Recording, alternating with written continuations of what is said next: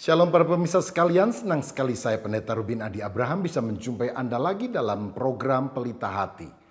Hari ini saya akan menyampaikan sebuah kebenaran berjudul Strategi Survive di Saat Sulit. Hari-hari ini pandemi COVID-19 masih merebak ke seluruh dunia. Ada 3 juta orang sudah di PHK di Indonesia. Tetapi dalam situasi semacam ini kita membutuhkan hikmat Tuhan. Kita perlu tahu bahwa walaupun pandemi ini sangat luar biasa dampaknya, tetapi jangan kita berpikir bahwa ini adalah akhir dunia atau akhir kehidupan kita. Sebab sepanjang sejarah pandemi semacam ini pernah terjadi, tetapi menimbulkan korban jiwa yang sangat besar. Lebih besar dari karena virus corona ini.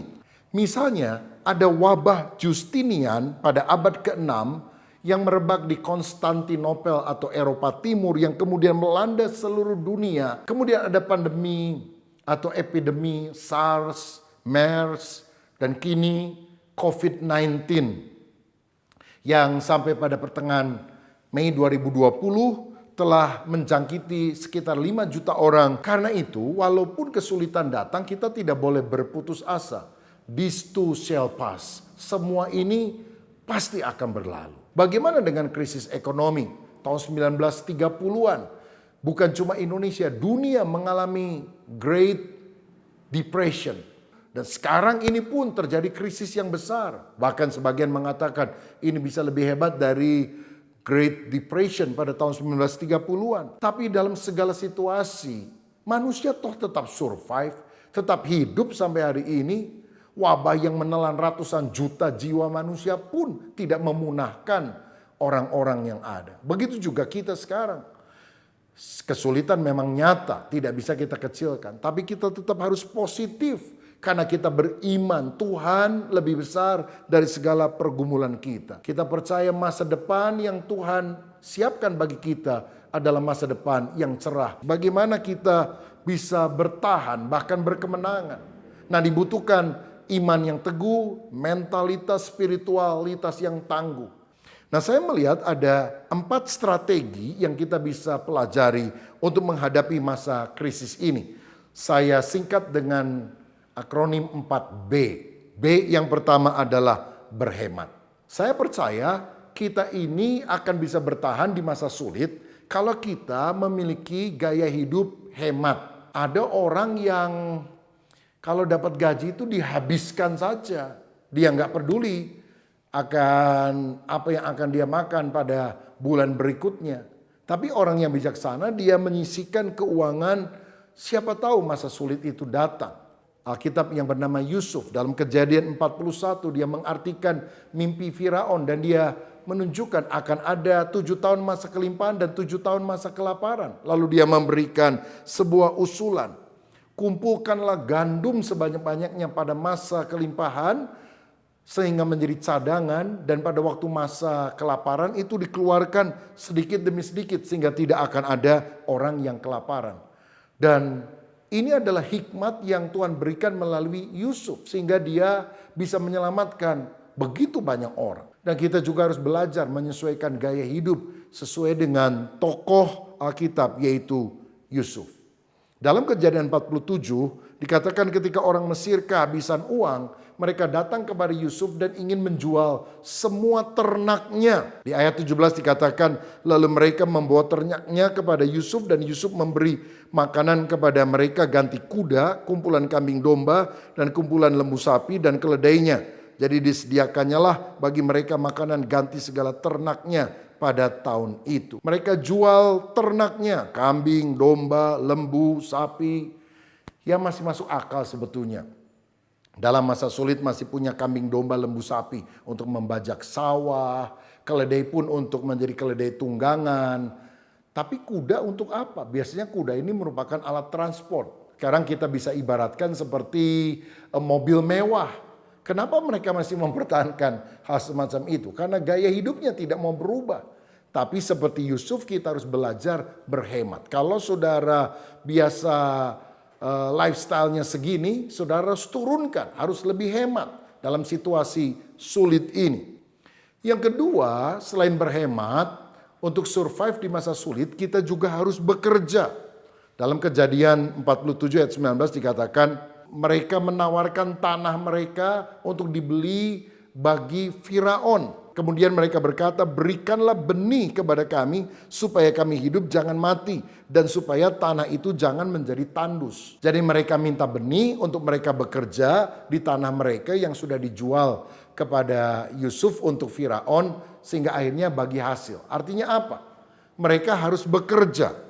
Selama ini mereka membeli makanan dengan uang, bahkan menukar ternak mereka untuk makanan yang habis dikonsumsi. Tapi sekarang mereka sadar bahwa mereka juga harus bekerja. Jadi mereka perlu benih dan kemudian mereka bekerja, berbagi hasil. Begitu juga dalam masa sulit ini, selain berhemat, kita juga harus bekerja. Work from home, kerja di rumah bukan berarti nganggur, saudara. Justru kita harus meningkatkan efektivitas dan produktivitas kita pada masa-masa kini. Minta pencerahan dari Tuhan tentang apa yang kita harus kerjakan. Yang ketiga, strategi untuk survive di masa sulit adalah dengan berkembang. Maksudnya kita harus mengembangkan kapasitas diri kita, mengupgrade hidup kita, cari peluang-peluang baru, asah skill sehingga lebih tajam. Saya tahu ada banyak jenis bisnis yang terpuruk hari-hari ini. Coba saya sebutkan beberapa. Bisnis hotel misalnya, itu terpuruk sekali. Bisnis travel juga sama. Persewaan tempat atau gedung, sekarang semuanya decline, menurun, bahkan habis-habisan lah, mengalami kerugian.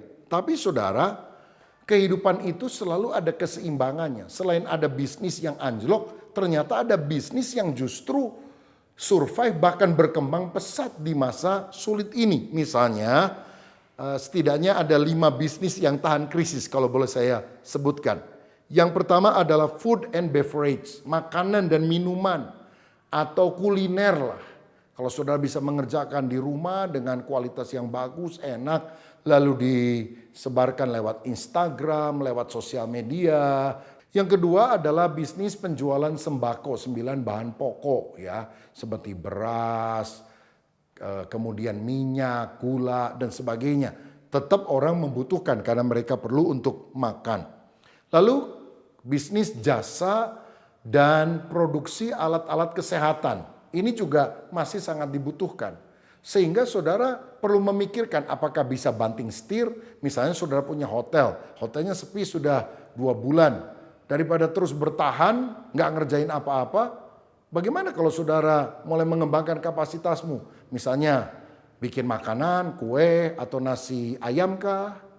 Atau kemudian saudara juga mengembangkan produk yang lain, jual alat-alat kesehatan, jual masker, alat pelindung diri.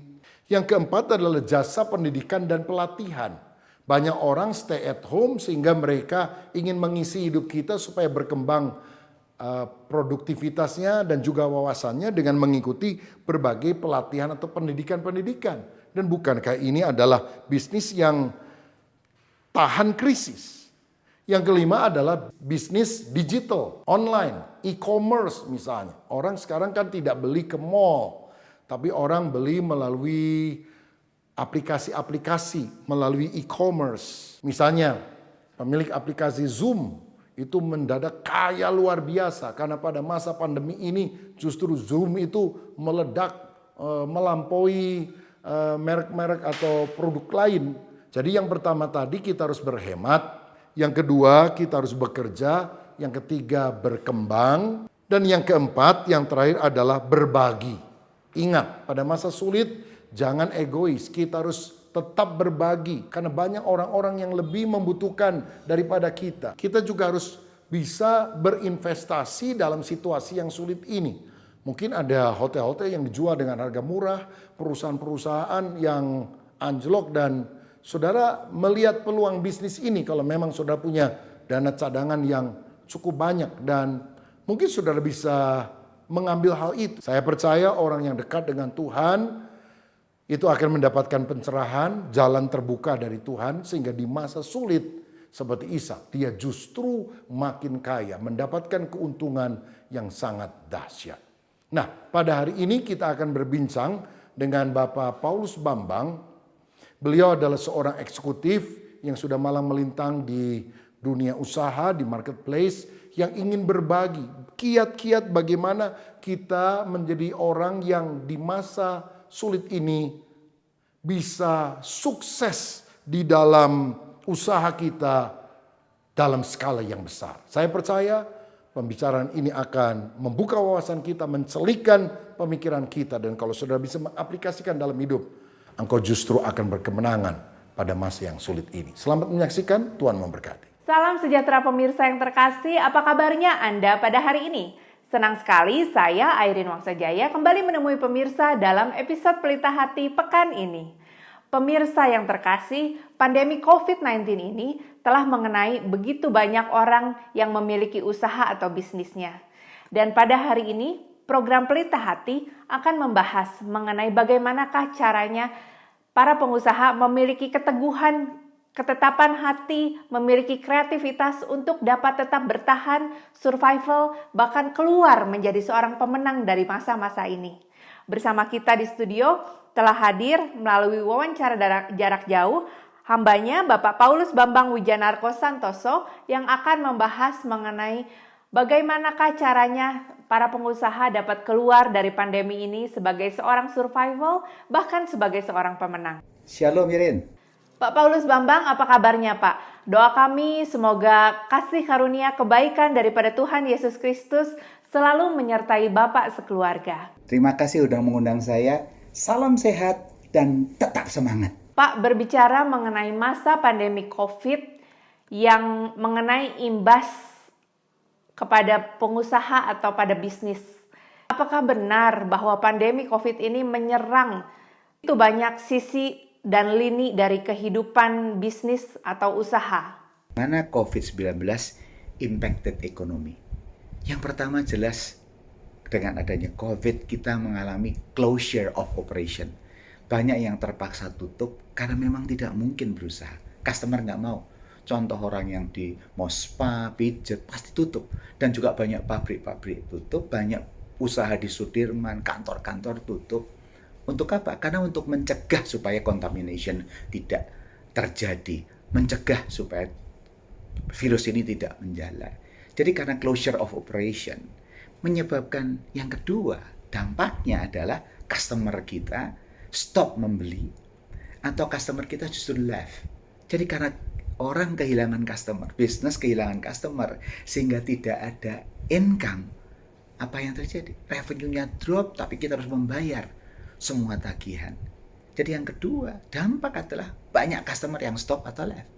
Yang ketiga, dampaknya apa? Yang ketiga, dampaknya adalah cash dry. Uang yang ada habis. Karena tidak ada income, nggak ada cash flow, cash out keluar terus, otomatis dampak ini keluar. Cash dry. Ya. Setelah cash dry, apa yang akan terjadi? Yang kelima adalah cost. Akibatnya kita cost reduce, kita harus melakukan sesuatu supaya cost-nya berkurang. Ini otomatis, karena tidak ada income kita harus potong cost. Kalau ini tidak terjadi juga, akibatnya apa? Capital kita dikit, modal kita tergerus. Untung yang sudah dibangun beberapa tahun, untung yang sudah dibangun mungkin puluhan tahun, bisa habis karena tidak ada income. Tergantung berapa lama COVID ini berlangsung. Tapi hati-hati kalau sampai capital tergerus ngeri. Dan akibatnya yang keenam pasti ada dampak, yaitu competence drop. Ada PHK, ada retrenchment, ada rumah, ada work from home, ada leave without pay. Tapi ini adalah dampak yang terjadi. Semua orang mengalami dampak ini. Bisnis ada yang dampaknya besar, sedang, dan kecil. Tapi semua kena dampak dari ke-6 poin-poin ini. Pak, dalam salah satu seminar Bapak berbicara mengenai DET. Bagaimana dijabarkan Pak mengenai DET kepada para pengusaha yang sedang menonton acara ini Pak? Gimana satu formula yang mudah sekali, yaitu formula defend, extend, dan transform. Apa itu artinya defend? Defend itu artinya kita maximize the core kita. Yang kita punya kita mesti define supaya kita bisa drive higher demand, supaya kita penetrate ke market supaya kita mempertahankan market share kita. Dengan produk yang ada, service yang ada, customer yang ada, coba kita olah, kita define supaya produk, service, dan customer kita tetap engage sama kita. Ini adalah defend strategy, ya, atau maximize our core. Tapi tidak cukup hanya itu. Kita harus memikirkan yang lain, yaitu expand. Kita mesti expand into adjacencies, extend. Kita coba lakuin sesuatu di luar daripada core kita yang masih dekat dengan kita.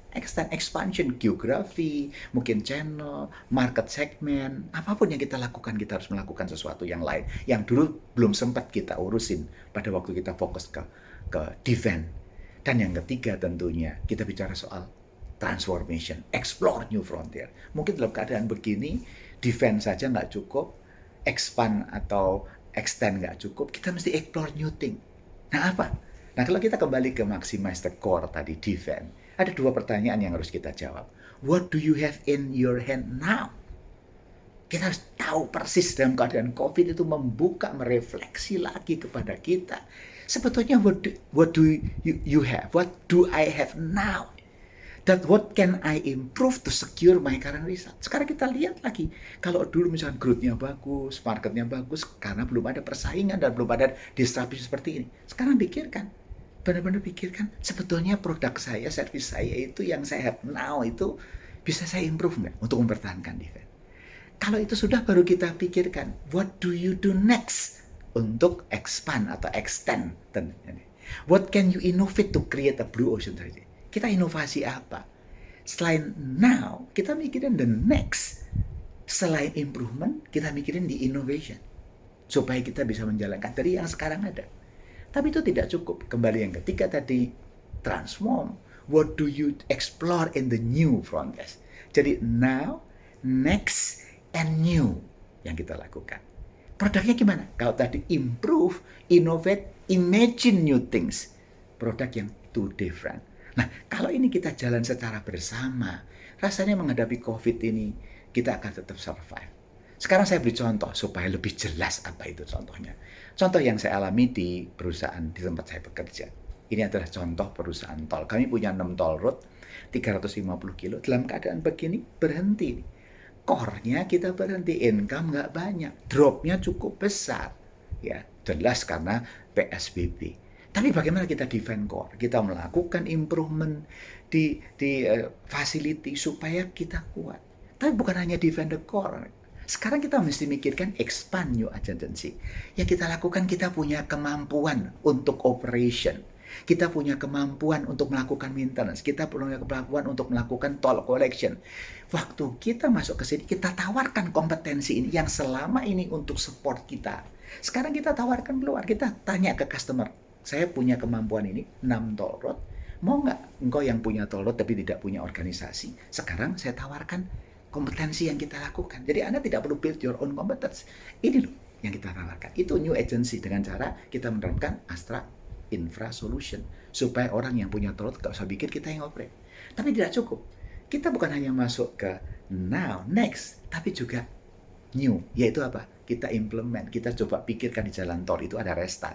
Sebentar lagi kita akan launch Resta 456 di Semarang, Solo. Suatu Resta yang different sekali. Itu menjadi pusat destination, bukan hanya makanan, rekreasi, semuanya jadi bagus. Kenapa kita lakukan itu?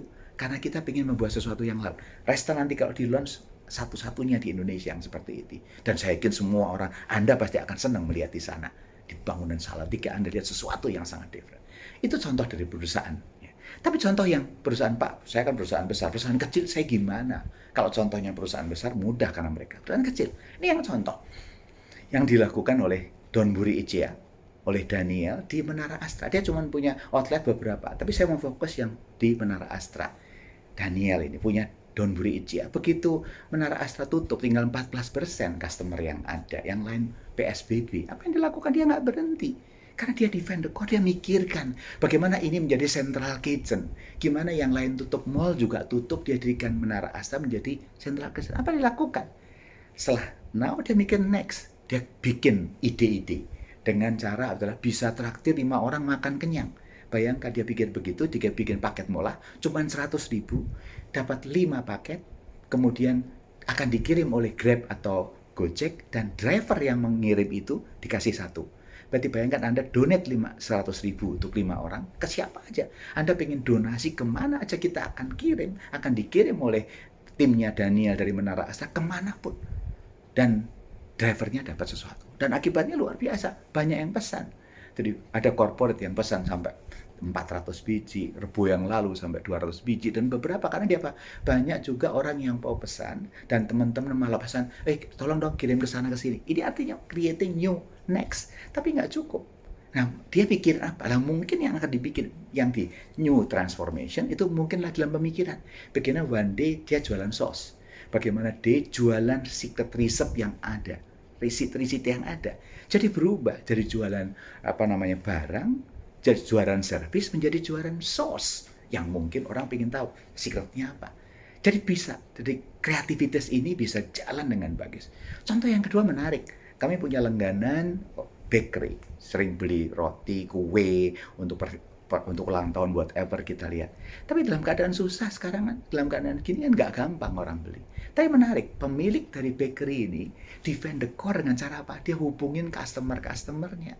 Dia engage dengan customer-customernya. Dan ditanya, customernya seperti apa? Dan dia keluarkan produk dia baru. Dia bisa masak, dia masak ke sotomi untuk the next. Dia kirimkan ke customer-customernya dia. Coba. Begitu kami coba, dia bilang, enak. Waduh, saya beli lagi, kita kirim kepada orang. Akibatnya ini bisa menjadi the next. Bukan hanya soal bakery, dia bisa keluarkan sotomi. Dan kemudian setelah sotomi, mungkin apa transformation yang dia pikirin? Mungkin pada suatu saat nanti dia bisa punya sekolah untuk jadi chef. Jadi tiga-tiga bisa jalan. Dan banyak contoh-contoh ini terjadi. Contoh ada di daerah rumah saya di Kelapa Gading, ada orang yang bisa import buah atau jualan buah atau makanan. Coba ditawarkan ke tetangga. Dan kalau ini jadi menjadi sesuatu. Ada contoh juga di PIK. Ada orang jualan pastel, biasanya cuma jualan pastel di tokonya tutup, apa yang terjadi? Dia tawarkan ke komunitas, di komunitas PIK gitu, ada tawaran. Akibatnya banyak orang pesan karena enak dan murah, karena tidak perlu biayanya mahal, harganya mahal karena tidak perlu bayar toko. Dia tawarkan murah, dan saya dengar dari berita, orang ini bisa jualan 3.000 pastel. Dan nextnya apa? Mungkin menjadi industri yang lain. Jadi kembali semua ini kita bisa jalankan, kalau kita tahu persis. Nextnya adalah kalau kita lihat seperti ini juga untuk pribadi. Semua itu bisnis itu jalan bisa kalau orang yang leader, orang yang punya bisnis, engkau sebagai leader juga memiliki konsep defend, extend, transform. Yaitu pertanyaan saya, as a leader, what do you have in your hand now? Jangan lupa, ini apa penting. Saya teringat cerita Musa. Waktu Nabi Musa disuruh Tuhan untuk bawa Israel pergi keluar Mesir. Dia bilang, saya tuh nggak punya apa-apa, saya nggak punya pengalaman. Tuhan tanya sama dia, what do you have in your hands? Saya cuma punya tongkat. Oke, tongkat. Now you have tongkat. Terus Tuhan kasih. The next-nya, extend-nya apa? Dengan tongkat ini, engkau akan membawa bangsa Israel keluar. Dengan tongkat ini, engkau akan perform miracles dengan domba. Waktu dia menghadapi Firaun, dia melakukan 10 tulah dengan tongkat ini. Dan new things-nya, explore new frontiers-nya adalah what do we explore in the new frontier. Dengan tongkat ini setelah keluar dari Mesir, dia bangsa Israel butuh minum, dia pukulkan tongkat ini di batu, keluar air. Kenapa? Pertolongan Tuhan. Jadi itu sebabnya jangan pernah menyerah. Jadi kembali defend, extend, transform. You can defend your life, you can extend your life, you can explore your life kalau engkau believe bahwa engkau bisa bersama Tuhan, engkau bisa lakukan perkara besar. Jadi jangan takut bisnismu masalah. Dengan bisnis masalah, kau lakukan DET strategi. Dan DET strategi itu dimulai dari pribadi yang kau tahu persis. Bersama Tuhan saya lakukan defend, extend, transform. Pak, jika di rumah Pak. Pesan saya ada 3. Yang pertama, menghadapi masalah ini, jangan pernah mau jadi victim. Tapi milikilah semangat untuk jadi victor. Karena dengan semangat ini, kita bisa mengalahkan persoalan yang pertama kali kita lakukan untuk jadi lebih dari pemenang. Dan yang ketiga, percayalah, Tuhan itu punya rencana di dalam setiap langkah kita. Menghadapi apapun, Tuhan tuh punya rencana yang jauh lebih besar dari yang pernah kita pikirkan, pernah kita lihat, dan pernah kita dengar. Percaya, Tuhan akan menyertai kita. Demikian pemirsa perbincangan kita dengan hambanya Bapak Paulus Bambang. Saya berdoa semoga talenta kepemimpinan yang Tuhan titipkan kepada setiap daripada kita pada masa-masa ini dapat berfungsi dengan maksimal sesuai dengan hikmat yang Tuhan berikan kepada kita. Terima kasih, Tuhan Yesus memberkati. Puji Tuhan, saya percaya kita mendapatkan banyak input yang berharga dari percakapan tadi. Itu sebabnya di tengah situasi sulit jangan putus asa. Tetap bertahan dengan apa yang ada dan mengembangkan diri, mengupgrade diri kita, minta inovasi-inovasi yang berasal dari Tuhan. Dan justru dalam situasi terpuruk ini, saudara bisa melejit. Makin dijepit tetap melejit kalau saudara mengandalkan Tuhan. Adakah di antara saudari yang menyaksikan program ini yang sedang mengalami kesulitan dan engkau membutuhkan terobosan dari Tuhan, dan poin-poin yang telah saudara dengarkan hari ini aplikasikan dalam kehidupan? Tuhan yang maha kaya mampu memberkati hidup saudara, tapi dengan cara kita bekerja sama dengan Dia, kita menerapkan prinsip yang berharga dari firman dalam kehidupan ini. Saya mau berdoa untuk saudara supaya saudara yang mengalami kesulitan mendapatkan jalan keluar dari Tuhan. Bapa, terima kasih Engkau selalu ada buat kami, bahkan Engkau memberikan hikmat kepada kami. Jadikan kami orang yang memiliki sikap hidup yang benar pada masa sulit supaya bisa survive. Berhemat, bekerja, berkembang, dan juga menabur berkat bagi orang lain. Berbagi apa yang kami miliki untuk sesama. Terima kasih Bapa. Kalau ada yang mengalami kesulitan, kami berdoa dalam nama Yesus. Kiranya Tuhan bisa memberikan jalan keluar bagi mereka. Dalam nama Yesus. Amin. Saudara, sampailah kita pada penghujung acara ini. Ada nomor telepon atau WA yang saudara bisa hubungi. Para konselor akan memberikan jawaban dan mendoakan saudara. Saya mendorong saudara makin cinta Tuhan, banyak berdoa, membaca firman. Jangan lupa mengklik website kami atau mendownload aplikasi kami, GBI Battle, dan saudara akan mendapatkan banyak makanan rohani yang berharga untuk saudara bisa kuat terus di dalam Tuhan. Sampai jumpa pada program berikutnya. Tuhan Yesus memberkati Anda.